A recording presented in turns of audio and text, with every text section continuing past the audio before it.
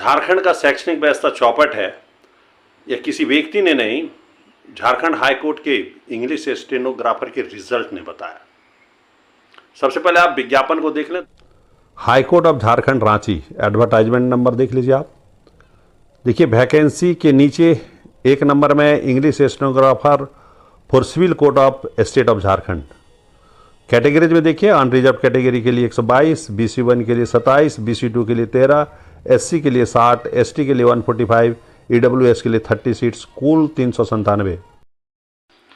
Jharkhand high court English stenographer recruitment है, 2024 का ये वैकेंसी है। 399 पोस्ट है। अनरिजर्व में 122 पोस्ट था, 124 लड़के पास हुए हैं। BC1 में 27 पोस्ट था, 9 बच्चे पास हुए हैं। BC2 में 13 पोस्ट था, 5 बच्चे पास हुए हैं। SC में 60 पोस्ट में एक भी बच्चा पास नहीं हुआ है। ST में 145 पोस्ट था, एक मात्र बच्चा पास हुआ है। EWS में 30 सीट था, 3 बच्चे पास हुए हैं। अब ये भी देखें कि जितने पोस्ट जिस कैटेगरी को दिए गए थे सभी सीटें फुल हुई क्या? आप जब SC का देखेंगे तो बहुत आश्चर्य होगा। SC में एक भी कैंडिडेट पास नहीं किया। ST में सिर्फ एक कैंडिडेट पास किया है। EWS का भी वही हाल है, OBC1 का भी वही हाल है, OBC2 का भी हाल है। आखिर क्यों?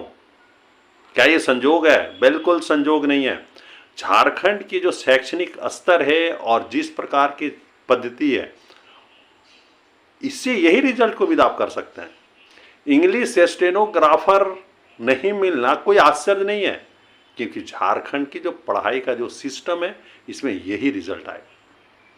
इंग्लिश स्टेनोग्राफर के लिए इंग्लिश का जानकार होना बड़ी जरूरी है, और झारखंड सरकार के पास आउट बच्चे में इंग्लिश जानकार मिलना उतना ही मुश्किल है। ऐसा नहीं कि एकदम नहीं मिलते हैं, इंग्लिश जानकार बच्चे मिलते हैं, लेकिन जो इंग्लिश जानकार होते हैं वो कहीं दूसरी जगह चले जाते हैं। स्टेनोग्राफर टाइपिंग एक क्लर्कियल जॉब है, यहाँ पर आना ही नहीं चाहते, और जो आना चाहते हैं उनकी इंग्लिश मजबूत नहीं होता है। ये सिस्टम का दोष है, अभ्यर्थियों का दोष नहीं है। देश में सबसे ज़्यादा नौकरी की संभावना इंग्लिश के जानकार बच्चों का होता है, लेकिन झारखंड सरकार अभी तक सचेत नहीं है।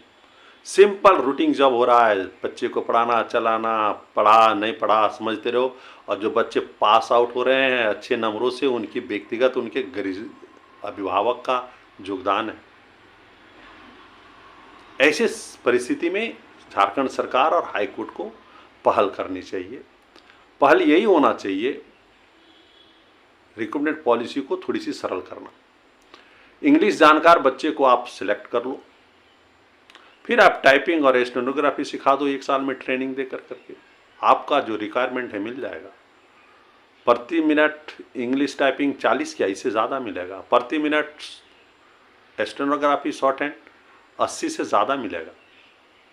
लेकिन यदि आप ऐसा चाहते हैं कि सीख करके बच्चा स्टेनोग्राफर को अपना ज़िंदगी बनावे, मुश्किल नहीं।